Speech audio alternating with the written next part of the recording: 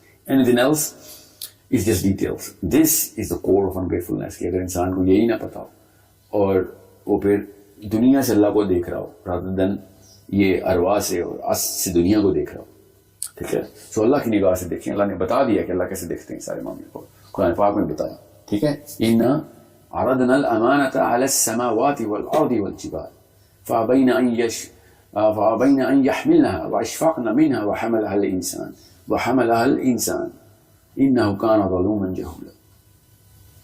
So I hope this clarifies the actual question you asked. I hope I have a tendency to actually slip away from the questions.